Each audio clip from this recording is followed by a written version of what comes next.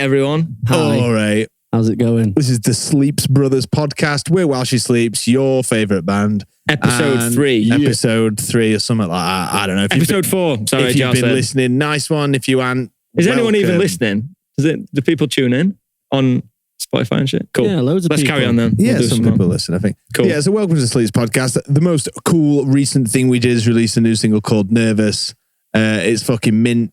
It's probably the best single off record so far. Off record. With a huge message.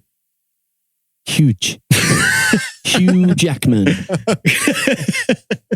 With a huge message. So you should go, pause this, go listen to that, come back to Definitely this. just go and listen to Nervous and skip this. This is going to be dog shit. Yeah. Okay.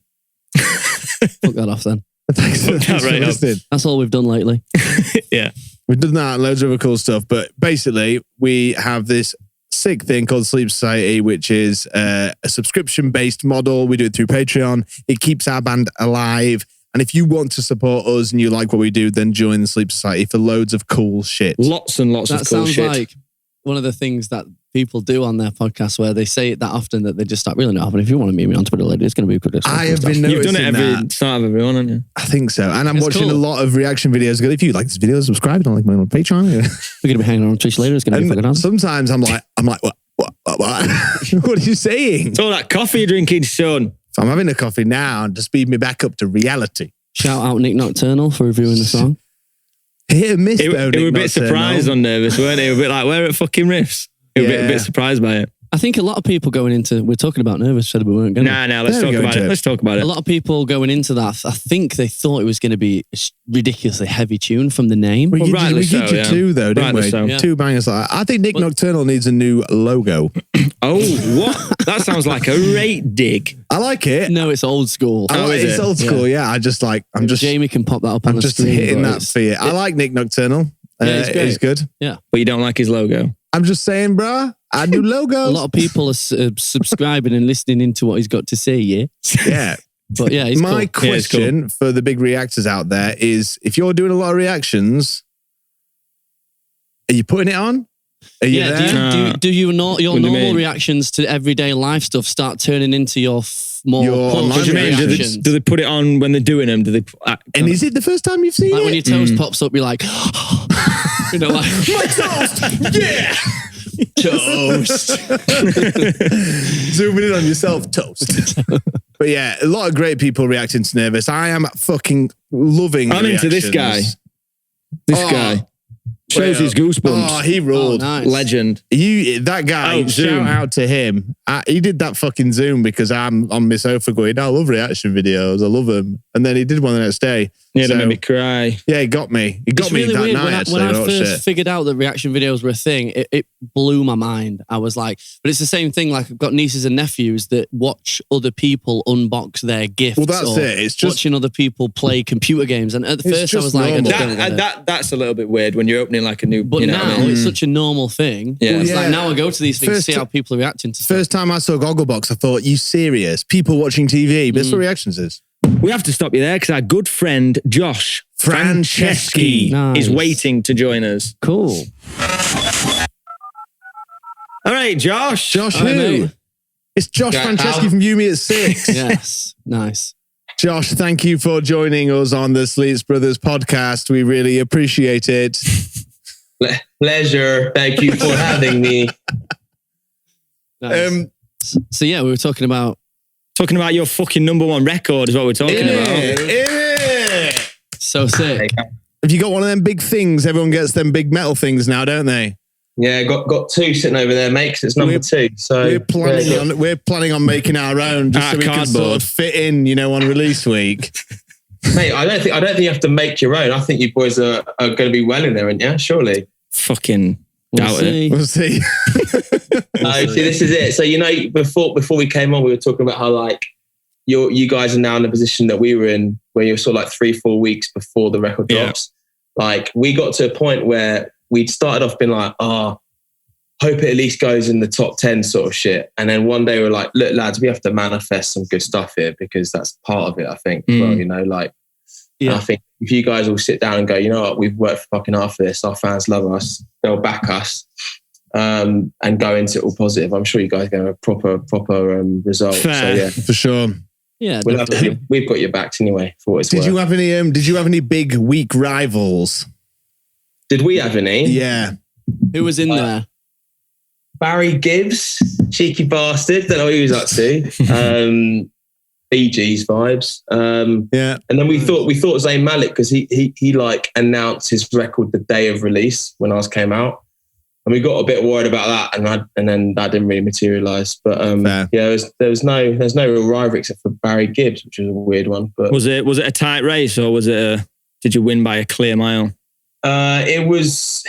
Give me the numbers. It was. It got a bit moody for 1 or 2 days, and then yeah, we sort of left in. That's great, man. Fucking congratulations, awesome. man. It's a wicked record, and it well deserved. Thank you very much. It is a really good record. I've thoroughly enjoyed it. And I had quite a few sort of late nights watching the fucking Amazon sessions with orchestra. Yeah. And onto your Glasgow one, which is fucking top notch. Thank you, man. Yeah, you guys have got to get in and do one as well, man. Right, man. I'm dropping hints. Dropping many a hint to Amazon at the moment. I'm like, love that. Okay. Would love to do that. How did that work? Did you have to like, in terms of being like, who's the composer of the orchestra? Do you know what I mean? Or like, or do they just go, we've done something cool with your song. You guys play and we'll play on listen top to of it and be like, watch this, we got it. Or do you got to like compose? Yeah, so there's a lady called Rosie who basically like puts everything together with the orchestra. And at first it was one of those which like, look, I'll put some together, and if you hate it, we can start from scratch. And we were like, respectfully, we were sort of anticipating that it was going to be, just like a few strings here and there on a chorus, and that we'd want to do it again. And then when she sent us like an MP3 demo, like she does it all on like MIDI or whatever.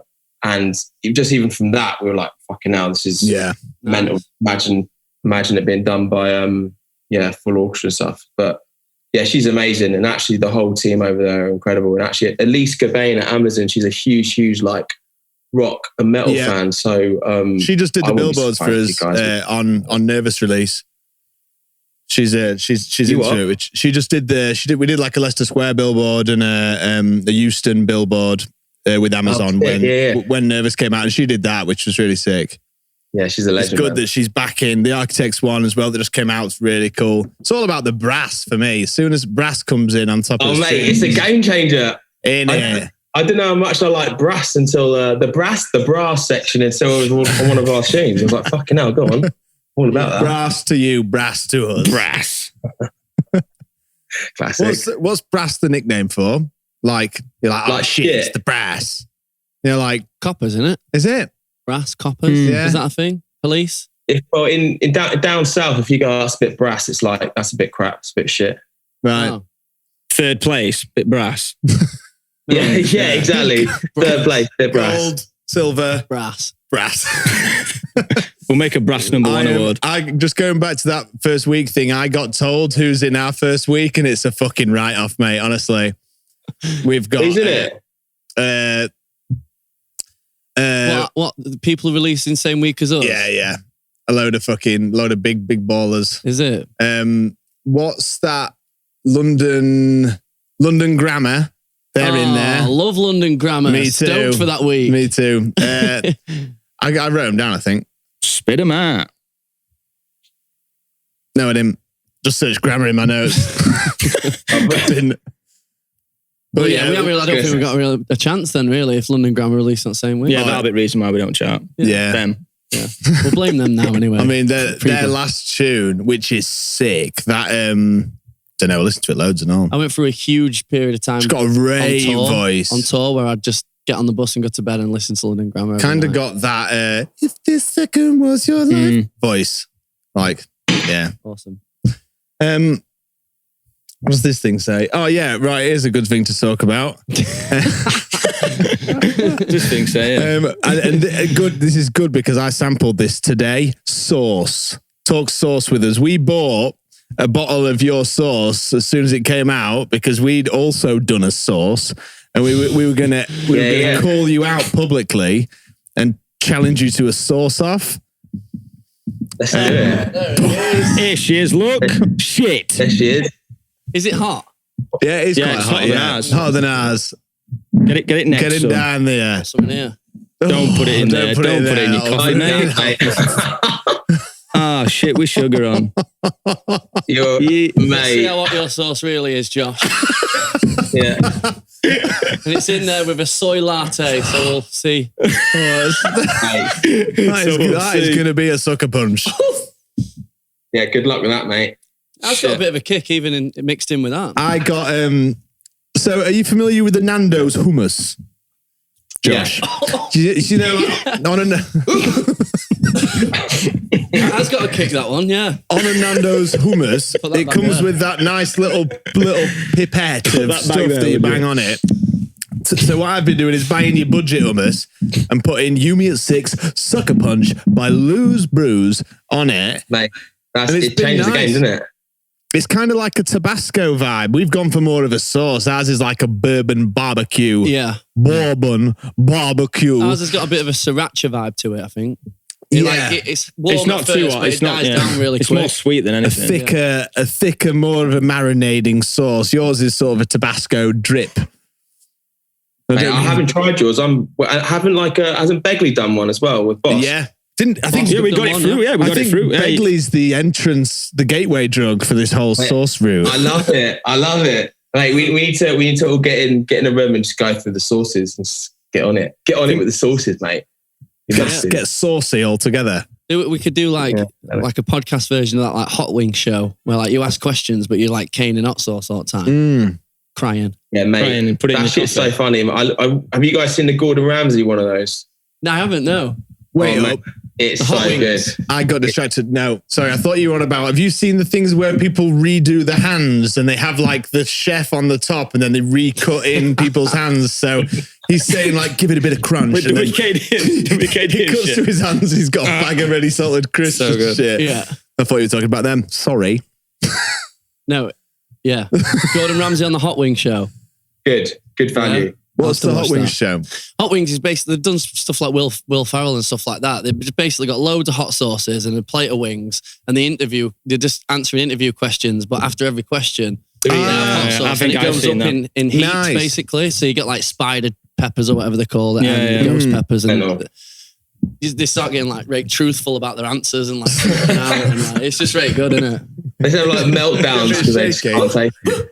Yeah, it's cool. Mate, yeah, when we're getting towards it, we might only could do 6 of us, but we could have a bit of we should have a cook-off where you have to cook with yours and we have to cook with ours. Yes, do it. Although I'm crap in Send the each other a kitchen, meal. so I'll nominate like Dan or Max to come in and do it. Yeah. I'll eat it for sure. But yeah. Have you been using it? We've been like plowing through bottles of our own sauce. We only sold like half of it and then we just kept the rest for us. Yeah, we keep restocking ours as well, mate. Every few weeks, there's another batch coming in. Good Fair. stuff. So, Josh, forgive me if I've missed this because I'm sure I haven't. Have you been doing any like live streams or playing live or anything like that surrounding the record, or is that still something that's in the pipeline, or you've not thought about it yet? Or? I don't know about. Have you guys done any live streams? Anything like No, that? yeah. We haven't done any yet, but No, we're thinking because about we it. I don't know. We kind of sat down at early doors and was sort of like, I don't know. I think for us a live show, we don't really want it to. We don't want, if we're going to miss playing an actual live gig, we don't want to then like do it through a computer. You know, like we'd rather wait until we're in a room with the audience and like actually like experience that. Like the first time we all get in a room and play a set together, I want it to either be an actual gig or a rehearsal for a gig. Do you know what I mean? So Yeah, definitely. yeah, we've just sort of bypassed that, to be honest. And I think, I don't know. I think it will make the first gig back that bit sweeter as well. You know what I mean? Did you get a bit of that like show, feel a bit of a show void from doing the Abbey Road thing? A little bit, but it was also sort of like I just spent the day just going around taking pictures. To be honest, I was just like, fucking hell, Abbey Road, this is sick.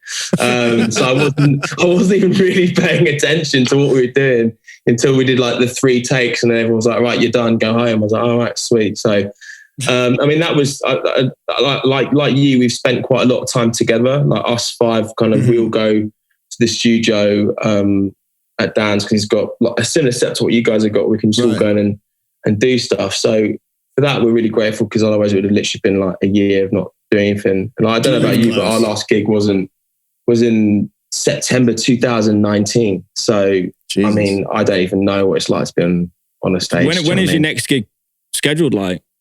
Sorry, bro? When is your next gig scheduled? It's meant to be September 4th. So yeah, it will be 2 years since we played a gig. So don't come to that gig. If you bought tickets to that, we won't, don't worry. Absolute shocker.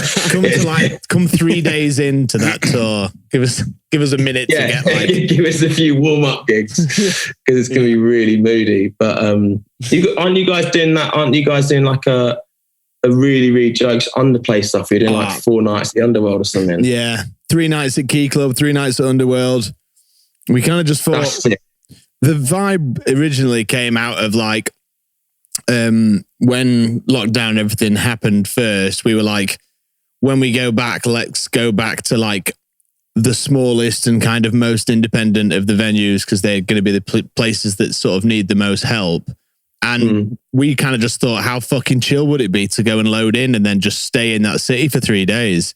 Yeah, like a residency at like tiny shows. Like, and Underworld and shit, like especially Underworld, that's the venue where I'm super down with leaving shit set up and just living in London for 3 days. That's like a really fun. Free practice nights, isn't it? Yeah, be a great time. And we just thought it'd be a laugh. I'm coming to all of them. I'm coming to every night, mate, just for the hangs. You should. And the stage dives. And because 100%. the last show we did in the UK before that was Brixton.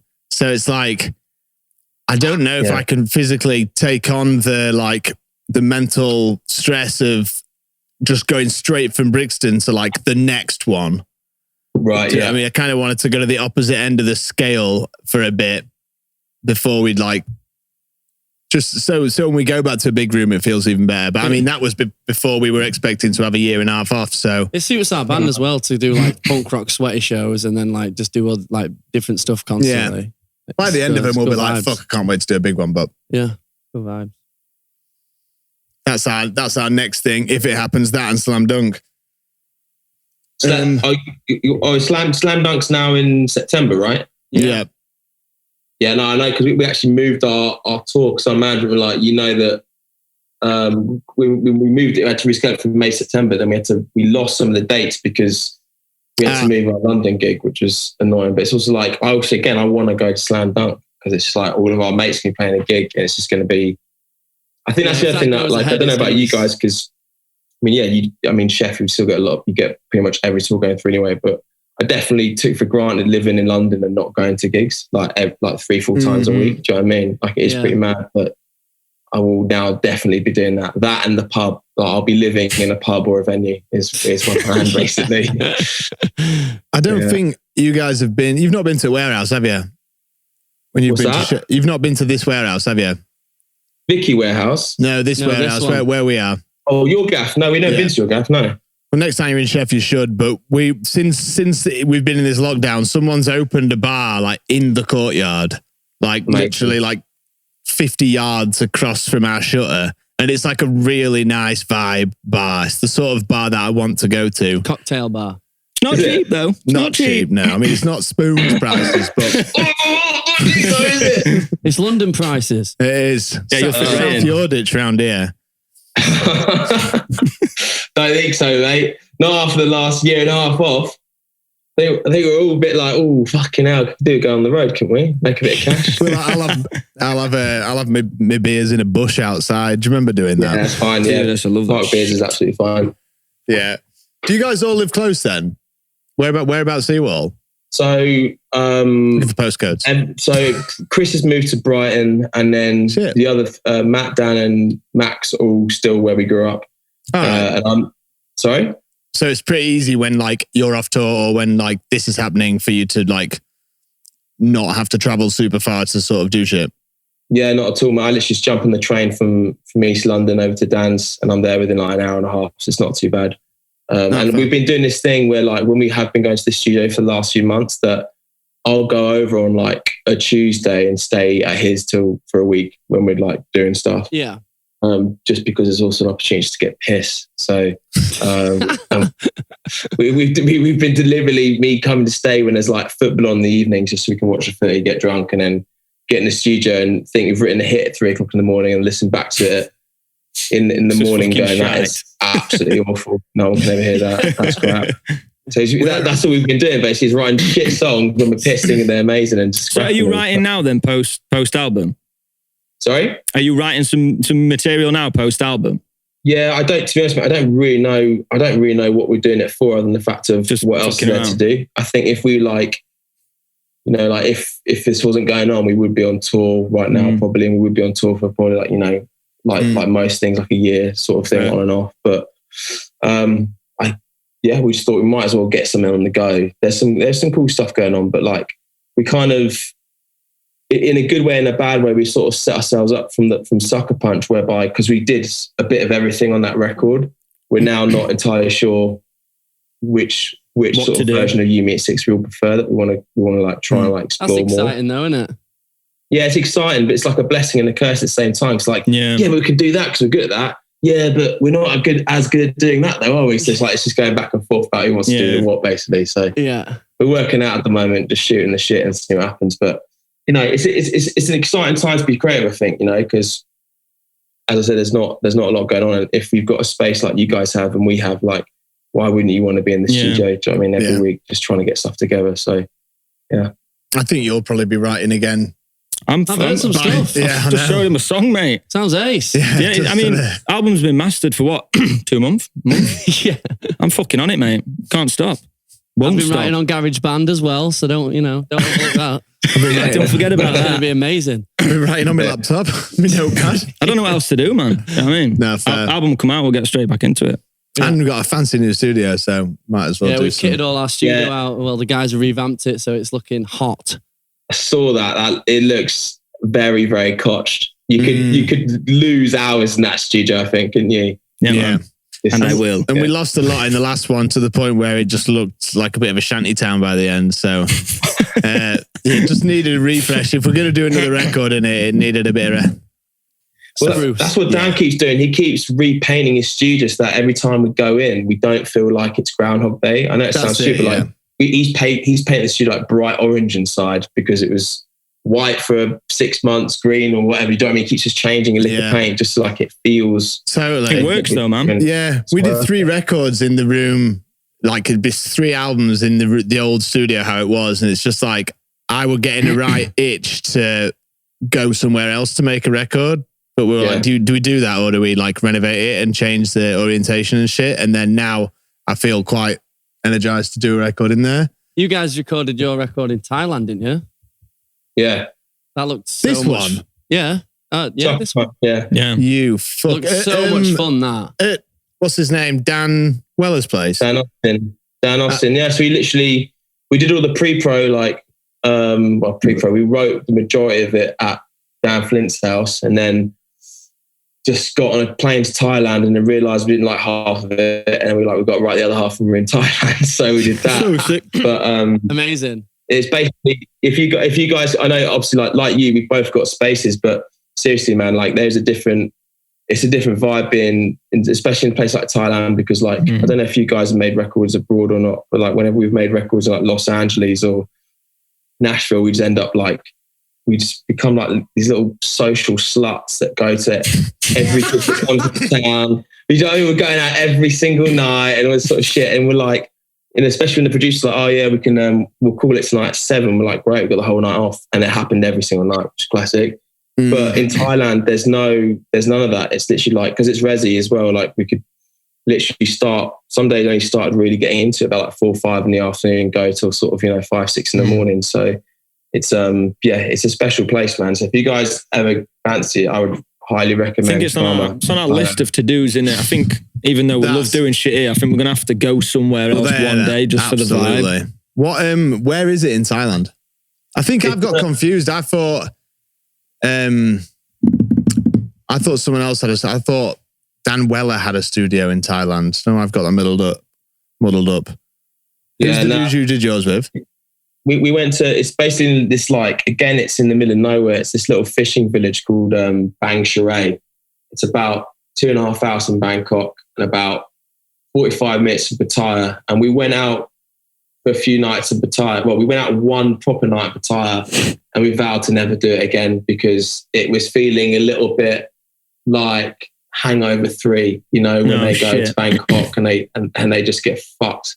So we were just like, we don't like what's going on here with because they like it's not even proper drinks over there, man. Like respectfully, like sometimes if you get like a bucket, I don't know what they're putting in it, but like one bucket of Long Island iced tea, and I was like game over, lights out, being carried in and out of vehicles. You know what I mean? Sticking white spirits in it. Yeah, some like strange sort of sake stuff or something. Did you have? I think they put like they literally put speed in some of the drinks, like because they use like really really cheap alcohol and they just chuck some speed in it. So maybe I got addicted to speed when I went to Thailand. Maybe. Did you have scooters? Did you have scooters? No, we had like we had this guy called Mr. A. He had like this little tuk-tuk van. He would just literally just drive us around. And tuk-tuks, man. They're on like gas. Like I have memories from when we were in Thailand last, and we were in these tuk-tuks, and they're like powered by fucking gas bottles, and they wheelie them, and then like wheelie them, and then like grind along on the gas bottle with like loads of sparks coming out the back. But it's like all the time you're like thinking that's a fucking gas bottle. But we were like, not bothered at all. Loving it. What a place. I'd love to make a record there. Mate, it's a special place. And like, again, I think like the people that are there just really like you've been there before, like you said, like this beautiful people that really kind of like, I don't know. I think they were bringing the best out of us as like human beings as well, to be honest with you. So then like the energy around the record, not without getting like, about it, but like there was like just a really beautiful energy around, being in the studio together. And it was like, difficult moments just felt a lot easier because there wasn't like the bullshit and the stress of like I said, making a record in Los Angeles or like even in the UK, because it's completely unplugged from the world, like I didn't know what was going on back home. I didn't really know. There was a few of our mates came through, like the Bring Me lads and the Nothing But Thief lads came through in Bangkok, and I was just like, I want to see you, but I don't want to leave this place, we're so submersed in what we're making. So yeah, I would highly recommend it and also the people that all work at the studio are just like unbelievable. Like you're treated like, without saying Stu, you're literally treated like kings, and not in like a servant sort of way, but just in like the just sort of like respect ways. You get that from Asia. And like they're just so eager to like just share anything and everything about their culture. I mean, literally, the lady Sa, who it basically is the boss of the studio, she like became like our surrogate mother by the end of it. Do you know what I mean? Like after fucking 6 weeks of being there. So, and they literally like make like all of the dishes they make is from like generational stuff. It's been passed down from their mothers and their grandmothers and their great grandmothers. So it's all just like the food, just insane as well, like proper Thai cuisine. So yeah, it was a hell of a life to live. I think it was the only time where we've got to the end of the record where we were like, none of us like, oh yeah, great, we're going home. Not one of us was happy to be going home. We were all like, just trying to find reasons to like pull some more money out of somewhere just to stay for another 2 weeks. How long did you spend doing it? About 6 weeks. Nice. 6 weeks of recording. We'd have to go for half a year. I know. We'd have to go for sessions.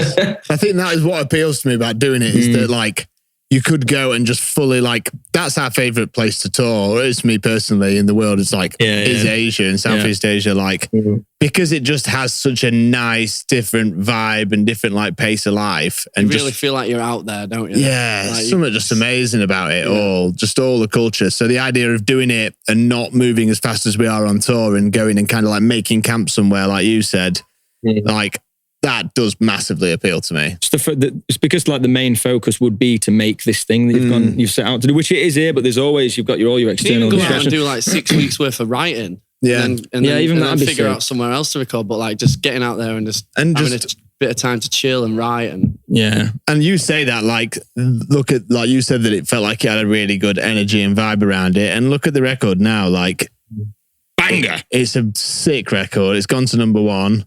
Like, I don't know where you put it in your range of catalog, but like for me, it's up there. Yeah, with the like as potentially the best Unit 6 record. Like, yeah, for sure. I honestly like. I don't feel like we'd made a good record for a good few. Like I was getting to the point where I was like, we don't start making some good shit, we might as well just hang up the gloves, mate. Yeah. We've got absolutely nothing to offer. There's plenty of people that don't feel like that. But you know what I mean? Like, as a thing, like I don't know. It's what until we met Dan Austin, I don't think we were even really beginning to challenge ourselves. So like even Six, the record before Sucker Punch was literally just like a meeting of minds for the first time. And then as soon as we all understood exactly what the dynamic was, and like, I don't know, I think you guys have got a similar thing going on with your producer. Hasn't he done like the majority of your stuff? Or if not all of it? Yeah, he's done everything, yeah. Yeah, so it's just like, I don't know, like when you're with someone that just like you trust inherently, and like you just basically go, and again, ultimately, like they bring the best out of you and they push you to places where like normally with other producers, perhaps that you, not in a bad way, but you might kind of go into that relationship being like, well, a bit more standoffish, a bit more reluctant or whatever.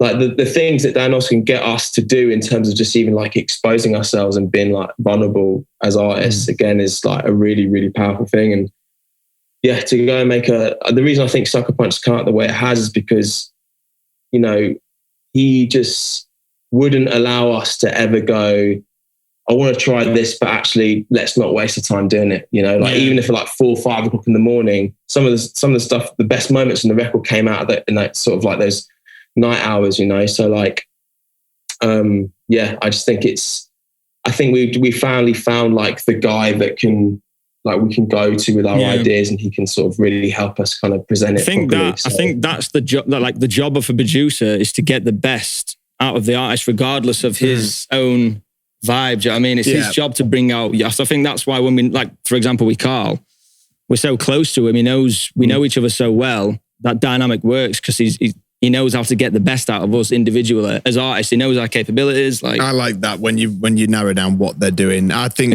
it's on like Sound City, Butch Vig. He says that the producer's job is to see the magic that is in the band, and then his job is basically just to transport that magic that is why you like the band if you see them live, or why the band are writing good music, and sort of transport that safely onto record without damaging it and losing that thing that the band are. Like, which I think is a nice like way to imagine their job. It's easy for a producer to impose his own will on top of the thing that they had in the first place, because he's got his own idea, and then that could maybe skew the original thing that, like, it's like you being like, you're good, but when I put my sauce on you, it'll taste a bit more like me. Sometimes that marriage works. Sometimes, for sure. That can work. It's because there's sauce. Have you guys had like any proper like horror moments with producers?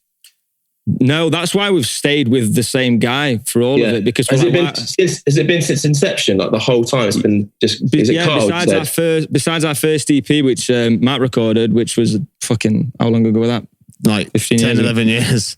Yeah, all of our full lengths have been with the same guy, so we've never run into that problem, and that's why we've never tried anyone else, because it's something that don't need fixing. I think. And like, I think we have realised this more and more as the longer we've been doing it, we kind of realise that it takes a minute to kind of understand what we're about and kind of get into the click of us. I wouldn't like to say we're clicky, but I think I realised we probably are a little bit more than I realised, especially with music. We're freaks. If we had someone come in, I could be quite offended by someone being like, I don't know about that idea. I'd be like, I don't know about you. Well, that's the thing. You've got to be able to be honest with those people and tell them that you think that's shit. Yeah. And they've got to tell you, well, I don't think that's going to work for this reason. So you've got to be able to, you've got to get to that level, haven't you? Yeah. And Carl's just in. He's just like, he's got it all the way through the records, and even more so now. And it's just the lines of his job have blurred now into him just like,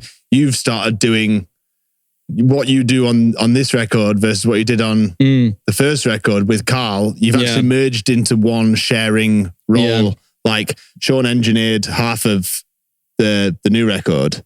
Amazing. And really have as easily as much of a producer hat on. But I think that's that element of trust as well from Carl's end. So he trusts me in that way, just as the same way I trust him to make our tunes the way they need to sound. So we just kind of daren't move from that. Too scared. I think we'll have to one day. But just the fear of like breaking it. We even tried to mix with someone else and then came back. But that's the problem, right? Is that like you also then get into this place where like it also does become a taste thing as well, and also like if you're in with the right person, then there is also no agenda other than making the best record. Like we've definitely made records with producers before where especially when we were at EMI, and there's like major label money floating about, that were more there invested because of the paycheck than they were of actually the love of the band. They come have a meeting with you and go, yeah, I can't wait to make your record. It's going to be amazing. But by the way, you've got to come to my studio and it's going to be the hours that I decide. And this is going to be the engineer. And this is who's going to mix on this sort of shit. It's like, it's more about, it's a vanity thing, right? It's more of I won't say who, but I remember tracking vocals once with one of our producers and we were disagreeing about like my approach to a take. And he just went, Josh, how many Grammys have you won? No, he goes, how many Grammys have you been nominated for? And I was like, none, mate. But how many of you won? The same. So shut the fuck up. And that was it. I didn't record with him ever again. We didn't record another vocal together. We had to fly out Matt O'Grady, who'd made our first 2 records with us, to engineer Epic. to do all my vocals, because I basically, even at a young age, was a bit of a prick as well. So like I wasn't going to tolerate like some guy trying to like impose some sort of like, I don't know, like some your record and your sound at the end of the day, isn't it? Like, I was like, and also, why are you bringing up the fact you've been nominated for a Grammy? Why does that matter? And so I think that's the other thing, is that when you find somebody that also is like, it's not about, yes, it is obviously about like their capability, right? Like in your case and with us and with Dan Austin, like we want a producer that's obviously capable and works hard and stuff. But I also just want to be with somebody that like is just a fucking good person. You need some feel vibe, it when man. you walk in the room. If somebody's a dick, pretty soon into it, it's not going to work. So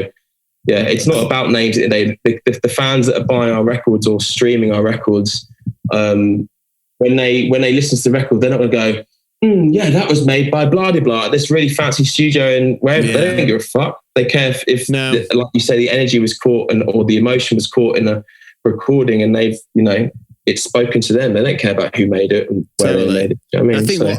I think what's sort of scary for me now is like, just like from that story you just said about working with that dude, it's like if you do go and work with someone, there's all this pressure riding on this one piece that you're making together, that if you sort of, like in a perfect world, you could do with doing one record just to get into like the comfortable part of the relationship where it'd probably be good, but instead you do the first one and it'd be like... Yeah. Well, I think that's why a lot of people do pre-pro first. Yeah. So they get that vibe down and then kind of... Get through it. Because I feel like the pressure, if you were like, you've hired me, I need to get in there and do my good, and you're working with someone new, like that. It's a blind date, isn't it? Yeah. Especially when you got to tell each other what to do and what you like and what you don't like. Like, it's a strange blind dynamic. date with the one thing that you have most care about. It's your music. It's like how you want to do it. It's your baby. You need it to be their baby too, as quick as possible. They need to understand that it's going to be their baby. You need to do a It's fast track. such a blind date that, and to get the chemistry right is like how often does that happen? Yeah. It's scary. Now I think that's why we haven't moved on. That's why we'll stay with Carl in the future. Yeah. All right. The only other thing I have to ask on this is, when are you and Sean having a boxing match? Whenever he fancies it, basically. Fucking. Are you in training? Give me the date, Sean. I literally went back into the box gym this week, and I haven't lost it. If that's what you're asking, I've still got it. Trust me, but all jokes aside, I just love the fact that every time I go on Instagram, it's just Sean hitting a bag in a warehouse. It just makes me feel good when I see it. That or his dog just running around, just looking fucking cute. In all seriousness, though, I think after this campaign, the back end of this, I think I'm going to do a charity fight. I think it's on my to-do list. So maybe keep that in mind. Maybe in like a year, just over a year. Just mind the face. This is the money maker. All right. We'll keep it mid-range. Body shots only. No body shots. Yeah. No chance, mate. Straight to sucker punch.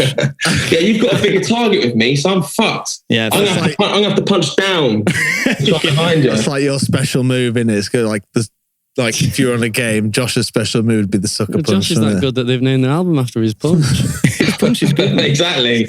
I'm also going to take this opportunity to tell this story that I just thought of. It's not the last time we saw you, but it's a couple of times before. And we'd wait up. It was after All Points East in London. Oh. And we were all going to go to a bar together, and we went to try and get picked up by this taxi. And as we go to get picked up by this taxi, Danny Filth is there because he's been on stage to bring me. But I think the story goes someone in his team had not brought his makeup remover, so he was in full kit, full Danny Filth kit, and he had to go to the airport like that and fly out. So he was already really unhappy. At a bus stop. Not at the bus stop, at the taxi. It felt very bus stop. We were all very merry. We'd played. Josh was just there and having a great time. Yes, yeah. And I just seem to remember us all singing "We Love You, Danny, We Do." Yeah. Danny in full makeup waiting for his taxi. Danny's a lando. I bet he loved it. I bet he were like, I think he did. Absolutely loved it, mate. I think me and you were sparring just before that, Josh, actually, on the street. And that is where the boxing came from. Yeah. and then Christine Carlisle got run over. Did it? Yep. Proper? And drank since. Really? Oh, shit. Yeah. He got run over on All Point C, whatever that road is that came back. So, everyone was like, where are we going for a drink? Where are we going for a drink? And it was like, everyone was just following everyone else. There was a big road that led down to the edge of the park, and there was like a pub right on the edge.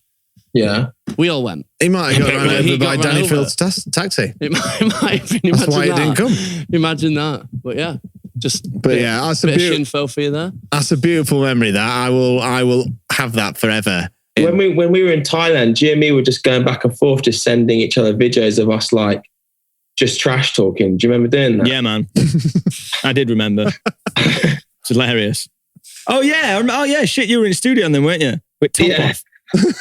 Actually, it was the image of your body hitting the canvas that just suddenly went, the album's called Sucker Punch. Boom, there we go. You're welcome. Split that award with me then. We are all team, man. Yeah, the royalties are coming in the post, mate. A bit like our streaming royalties. It might take a while. And they'll be fuck all, but yeah, they're coming. And the last thing I want to know, now you just mentioned about that award, how does it get to you so quick if you only find out on the day? It's like, because I already had one from the last one, so we just filmed it with that, and then they sent the other one in the post. Shit. It's easy. He's one then, fucking hell. So what we do is we just use the awards we have to sort of preempt winning the award. Yeah, I'll send one up. I've got a few. I'll send one up to you, and then you can just fucking get your pictures all done nice and early. We'll edit this bit out of the podcast so no one knows we're doing that. Yeah, and exactly. That's Perfect. it. We'll do that. Oh, it's such a great plan. What about? Yeah. Fake it till you make it. Always. That's it, mate. 15 years in the job. That's what we've been doing. Thanks so much for jumping on and talking to us today, Josh. Mate, pleasure, lads. Really nice to see all your faces. I'm looking forward to getting some pints in at some point. In it, bro. Yes. Well, do you just want me to fuck off then? Are you going to keep going? Is that what happens? Yeah, you fuck off, mate. Yeah. I'll see you in a year with these fucking gloves on. Ace. If you could have this off, that'd be ace. Sound. All right, I'm going to fuck off then. Love you, brother. Love you, brother. Nice one. Thanks for chatting. Thanks for joining us. See you, bro. Peace out. Bye-bye. I have noticed, whether any of you listening to this are people like who've noticed, I've noticed a few people recently being like, oh, if only there was a way to like contribute to you guys. And I'm like, shit, we have this like huge thing. The Sleep Society is like this massive thing. We want you to get involved if you don't know what it is yet. So we're going to talk about what it is for this section of the show and what we do inside it and why you should join. I think it's so easy to, because we know about it. Yeah. You assume that everyone knows about it, but there'll be tons of people that don't know what we're doing or don't know how we're trying to release music in this way with this campaign. And it's still relatively new, I guess. So what is it? Yeah, man. Fuck algorithms. That's what I say. That's the problem. Algorithms. Well, it is. Because that's why no one knows. That's why no one. Yeah. Here we go. Here it comes. They don't know what he's fucking saying. Fuck. Oh no. So no, I mean that's why we think everyone knows about it, but actually only a small percentage of people know about it because of the robots. So the Sleep Society is, you've got 3 bullet points. You have to try and nail it. What is it? Ooh. And then we'll move to Sean's and I'll try. Entertainment support stuff. What? Me? rebel, cash, monies. Aaron's calling me a dickhead. He's getting angry about the hammering. It's really rebel, hammering. cash, monies. I don't know what I'm going to say. Industry, sustainability, Nice. and I'll just say jelly because I don't know. Basically, it's very hard for artists to make money just off the music these days. So this is a lovely way to support your favorite artists. I know through Patreon anyway, that's what we use. It's a great way to support your artist, as well as buying the music and streaming it and all the things that you can do. But the backbone to it for us was that you can stream so much music and we don't get any cash really. We want loads of money. Yeah, the thing that costs us the most and takes the most energy. I just went for that one. We can cut it out if you want, man. Well, I think over the past 10 years, I've started a chain reaction of stutters.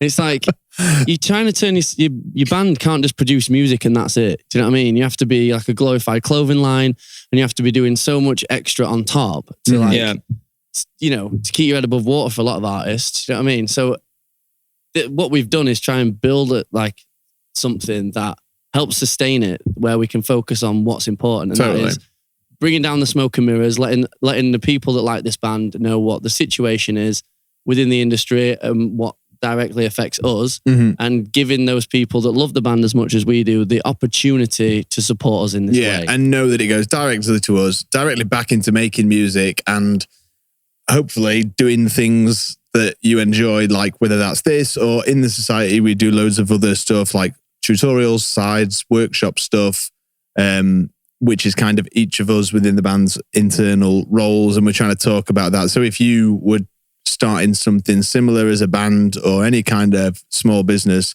hopefully we have some kind of knowledge from our years in that world that we can help share, as well as you knowing that you're doing something cool by basically keeping our band alive by supporting it. Yeah. So if you're a fan of this band and you're not joined up to the Sleep That you are, then now you know where to go and how you can support us. It's sleepsociety.com, and the memberships range from the price of a coffee up until the price of a nice hoodie.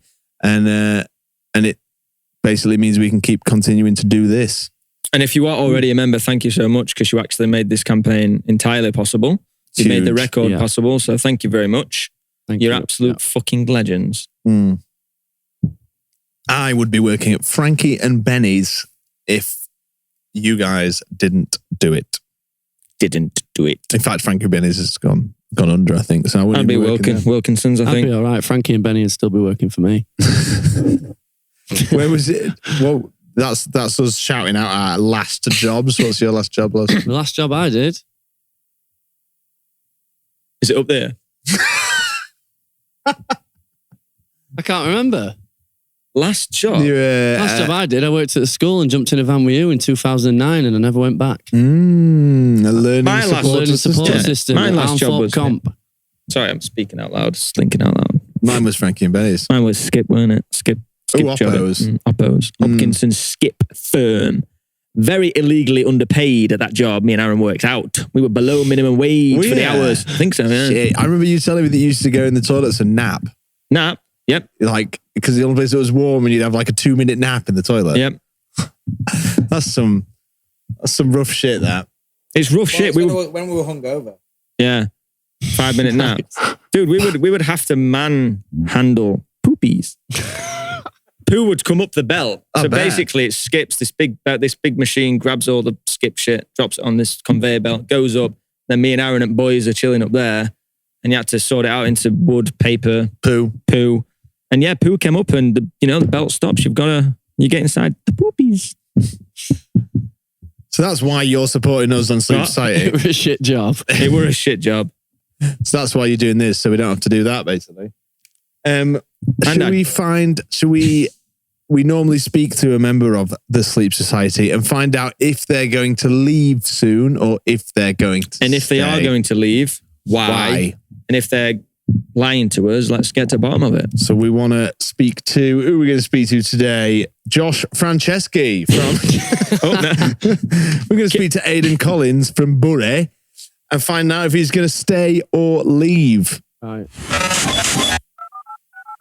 Ladies and gentlemen, this is where we find out if he's going to leave or if he's going to stay. It's Aiden Collins from Bury. Aiden, are you going to stay or leave? I'm going to stay. Yes! Always stay.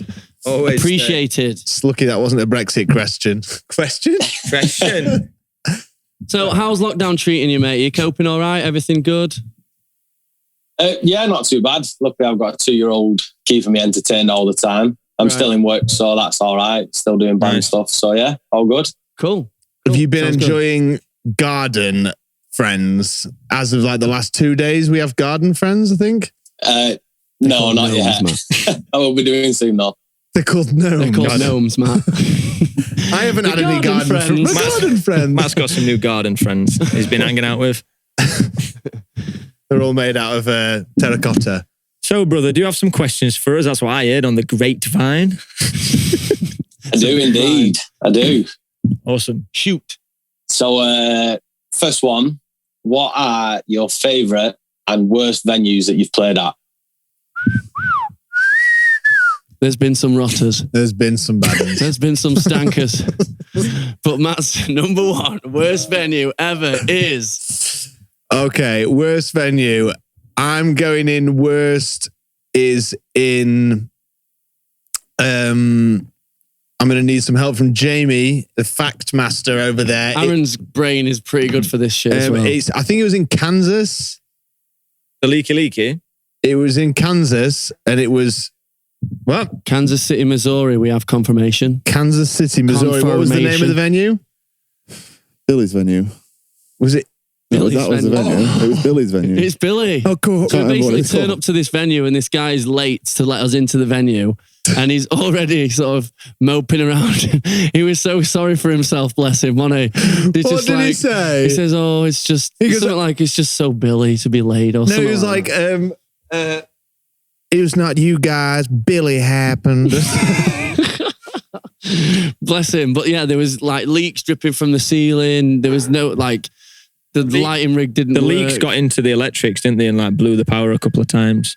Yeah, like they had a pylon outside the venue that exploded. They had to call someone out to come and fix it. We were just waiting around all day. To paint the picture, it was one building was half tractor and ride-on mower showroom and half music venue, and it was like sort of just on like a ring road. And it wasn't like we struggled to find food nearby because we walked to the closest place that did food, which was like some fucking shit burger place, but they only served you if you were in a vehicle. So we couldn't order from them. Sounds very American. Yeah. And Wakey tried to order as a car. It were really bad. I'm going to go with that as the worst thing. It was called Aftershock.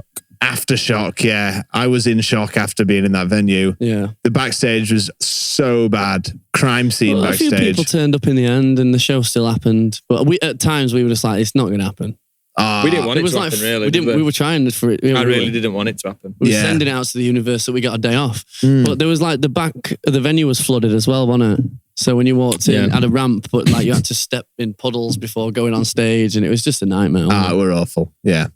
What a character building venue. That's my answer. I was going to go to Sean and say, what was your...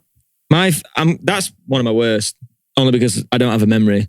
Yeah, my head's shed as well. My best is Brussels. Is it ABC? ABC? AB, yeah, that's my favourite. That is fucking nice. Fantastic. Yeah. And I never thought that we'd headline it, and we did. So that was cool. That's the one with the lift, right? Yeah, dude. The floor rises up. You roll your gear into the middle of the room, pretty much, front of stage, and they have a lift that just takes it all up to stage level. You just roll it on. Amazing. They also have colour-coded lines on the floor, so you can just look at like a key that says like dressing room or stage, and you just follow a line, and it takes you... Because the main thing in venues is the Spinal Tap moment of just getting lost, because the fucking half room are just so like old Victorian theatres with different staircases and mad corridors. And then this one, they just painted lines on floors, so you can just be like stage, red line, and it just takes you. Yeah. And it's fantastic. Catering's amazing. The hangout spots up there are great. Even the music they play in catering is really good. Yeah. They had the Dark soundtrack on. If I didn't love it enough and then that was on, I was like, come on. Yeah, amazing venue. I think mine was that one in Gangzhou.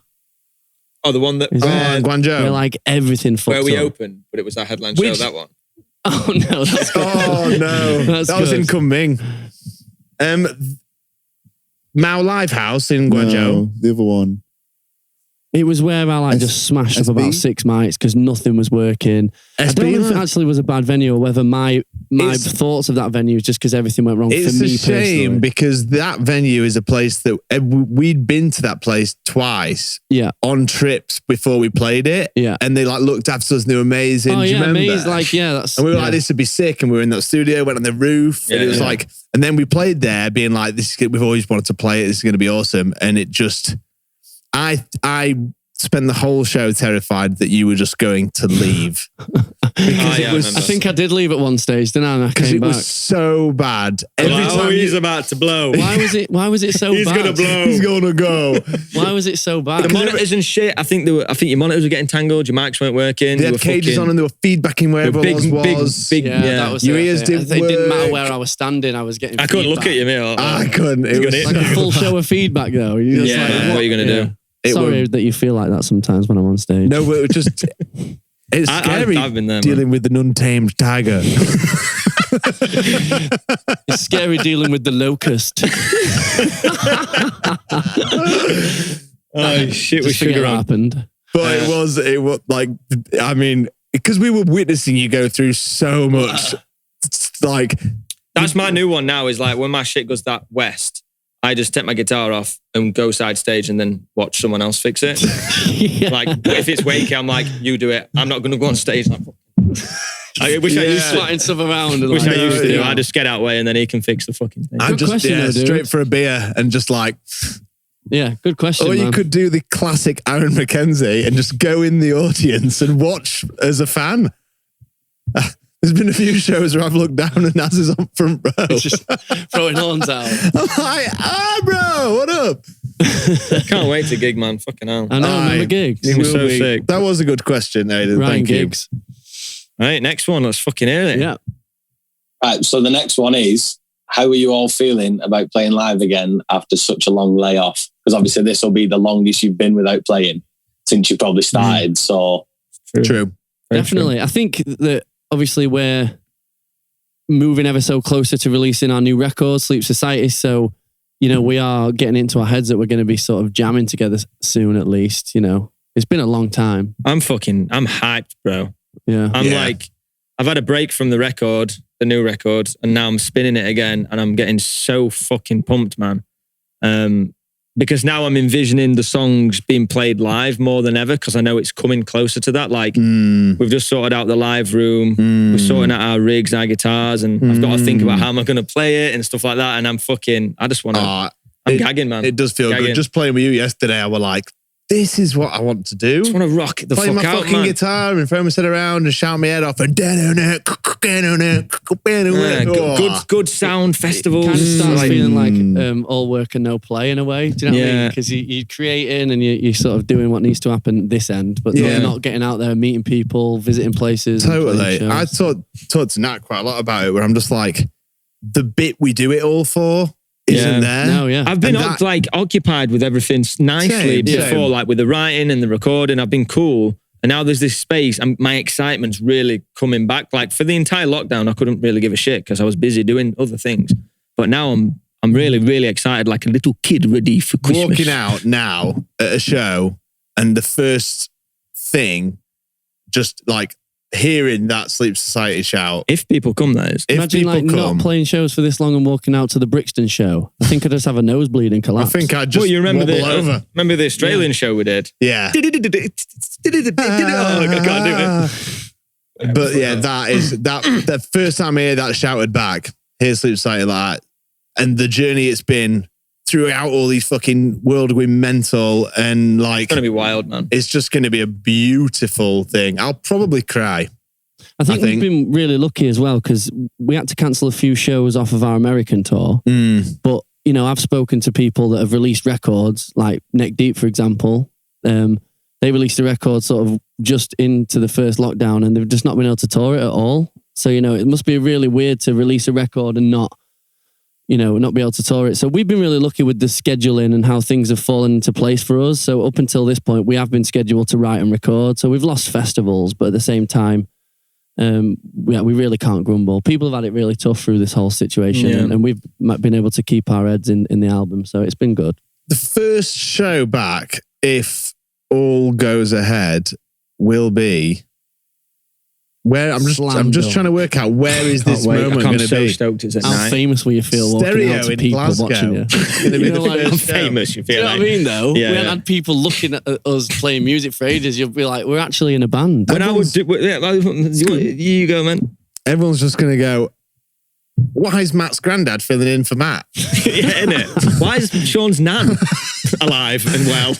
All the band have been changed for their grandparents. Hey, weird though, man, about visualization and stuff. When I was writing Sleep Society, all the industrial sounds and stuff, in my head, I had the feeling of, do you know when you watch Slipknot at night at festivals? They're obviously always headlining and it's dark when they play. Yeah. I had that in mind for when we played these songs, and I'm so happy that it's going to be nighttime for Slam Dunk. Oh, right. I don't know, I know it's not a big deal, but in my head, that's what I've envisioned. I'm fucking super stoked. Outside, nighttime. As if Stereo in Glasgow is going to be the first show back. They serve great food upstairs. We've had lunch there. We've never played there. Again, good vegan cafe. Active people come. If everyone returns, there's all the sold out shows, we all return their tickets.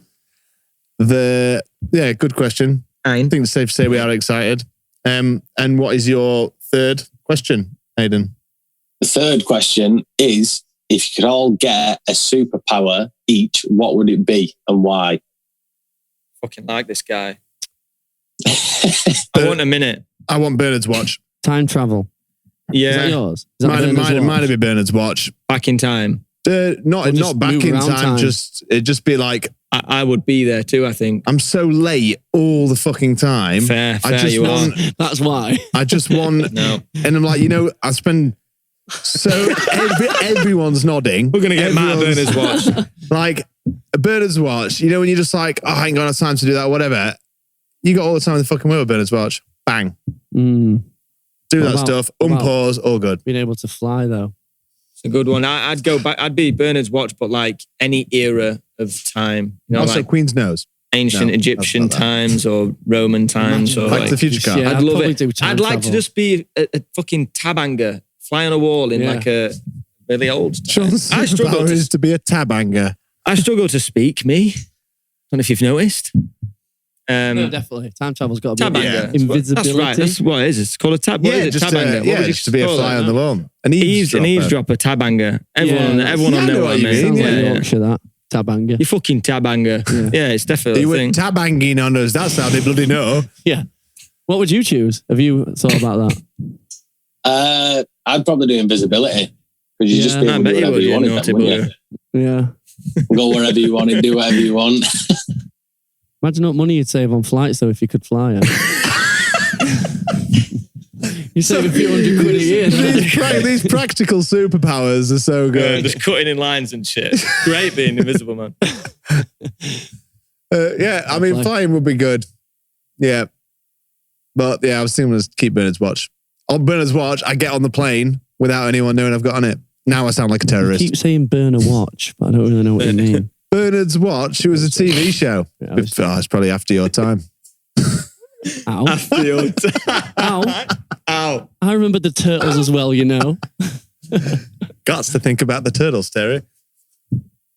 Trying to think of more superpowers. Got to be more. Right. Pardon? What? So you said you play in a band yourself, Aiden? Yeah, I do, yeah. Yeah, so have you just not been jamming through this time, or have you been writing music like over the internet or whatever it's called on digital? No, yeah, we've still been going to practice room, writing new tunes and meeting up. Yeah. I knew you'd like that one. I'm sorry, Aiden. We are running out of gas today, mate. On internet, or whatever they call it, digitally. Digitally. Oh, fuck me in the fucking arse. man. Sorry, you were saying. No, it's all right. No, we've still been meeting up and jamming and practicing and writing and all of that stuff, trying to get stuff done. Just released a single last month, so that was pretty cool. Cool, what's the band And called? yeah, just working on new stuff. Hollow Storm. Hollow Storm. Nice. And what sort of genre? Just like a hard rock band, bit like Nickelback, all the weird stuff like that. Awesome. Cool. Nice. We'll check it out, brother. We will indeed check it out. We'll check it out on the And digital. you all should too. I don't know who to point at. Like Yeah. Should. the listeners, you should. Well, thank you so much for your time, bro. It's all right. Thank you for having me on. It's been a pleasure. Yeah.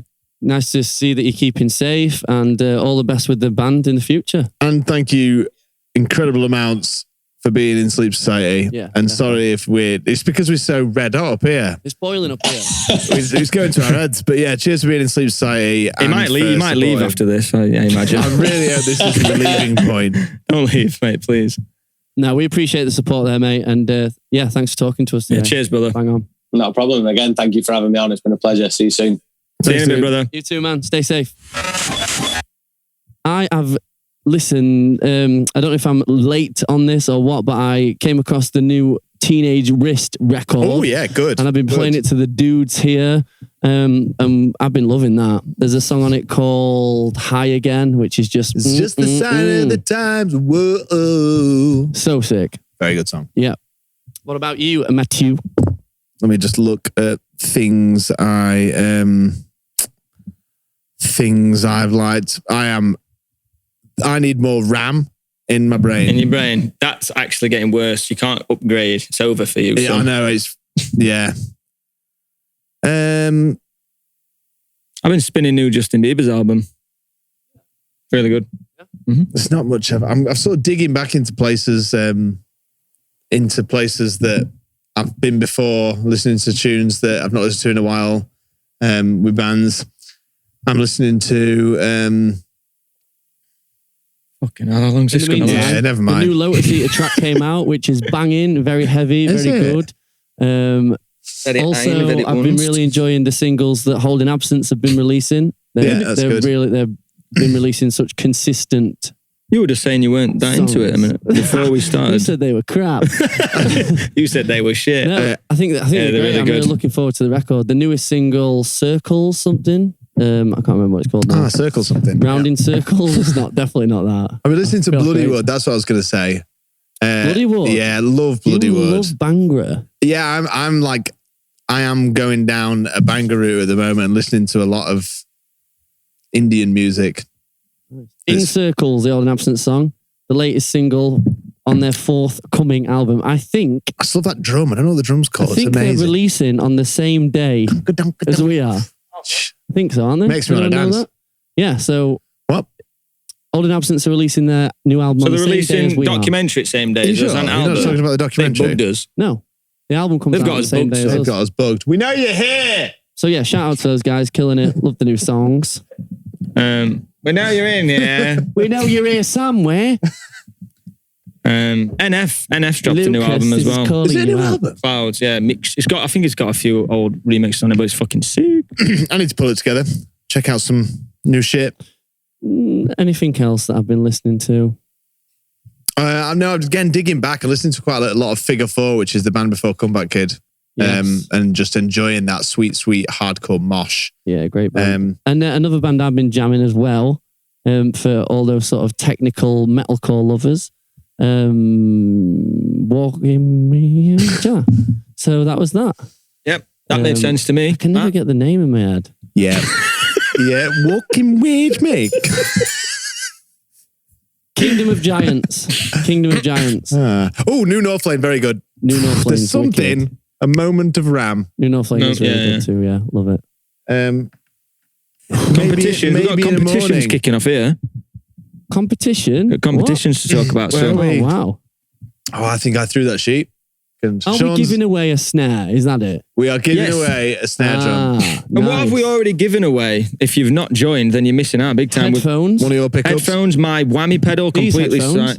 completely tagged up. Yeah, these headphones, brand new. Bluetooth ones. A pickup and a whammy. A gold fucking gloss pickup signed.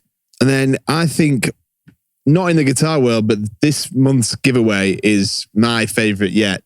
In terms of my personal input to it, I think. It looks great. It's it's Sav's 12-inch piccolo snare. We used it to record anti-social. We used it to record, so what? Yeah. And it sounds really cool. Don't know why we're giving it away. Same with the whammy as well. Same with the whammy and the pickup. These things I need and can't afford myself. Well, Wow, giving them away. You know, for someone to enter the competition. You know what I'm saying? Like, how many people are entering this competition in total? Like, well, that's 300? Like, so everyone, there's 2,000 plus people in society. Everyone who's on there can enter, but we ask you to do something to enter. For this, to enter, we want you to tell us your favorite story about your favorite live music story. It's really easy to enter. Over the past 2 years, just tell us a good story. We just want to hear your experience. It doesn't have to be a sleep show. And it doesn't really have to be lengthy. It can be it can just be like, it was amazing. We want to know. And also, you've got to show someone who doesn't know sleeps. You can show them a video, a song, whatever. If you want to tag us in a picture or a video of you doing that, then you'll get some extra brownie points. So it's recommended. Yeah, say, what were you saying? There's about 300 people enter these competitions-ish. Out of like 2,500. So 1 in 300 is fucking big. Yeah. Like, it's a very good chance of winning. You stick it lottery on, you're in this fucking thousands and thousands, probably millions of people. Yeah. It's only 300 people who can win Sav's snare. Come on. Come on. You've done a lovely design on it as well. It looks really nice. And I've painted it. They've become a bit more of a challenge each time. You weren't too keen on that design before we started. I mean, it's not for me, but again, I wouldn't wear it, but I get it. It looks wicked. I want to keep it again. Really nice thing. I wouldn't wear it, but I get it. You've got brass, gold, white, black. Very nice little color palette. You'll see pictures if you go. Check the link. If you go in digital, you'll see some pictures. Now go. Go online and that. So we're giving that away. So if you're in the Sleep Society, you can enter that. If not, join the Sleep Society. Doesn't matter which tier you are. Join the Sleepy Society. Join the Sleepy Society. Doesn't matter which tier you are. You can enter. We're struggling. Tiny little interaction. And you're in for the chance of winning. Thanks so much for listening today. It's been fucking fantastic. And just as one more shout out, because I know we kind of do the shout out thing. I just want to shout out the guy who made me this lovely sleeves ring, because he asked me to. Parabellum, London. Making a lot of cool stuff, this guy. Yeah, he's done some stuff for architects and Bury Tomorrow, and he's just up for it. He did Reynolds, like a scythe. Yeah, he's like gone out on his own from working under someone else as an independent guy. So yeah, check his stuff out. Parabellum LDN on Does he want to make Instagram. a few for album release? Yes. Nice. I've already asked him and he said yes. Nice. That'd be cool. Check him out. Very cool. So yeah, thanks so much for listening. That's it for me. I also don't give a fuck. Peace. Woo!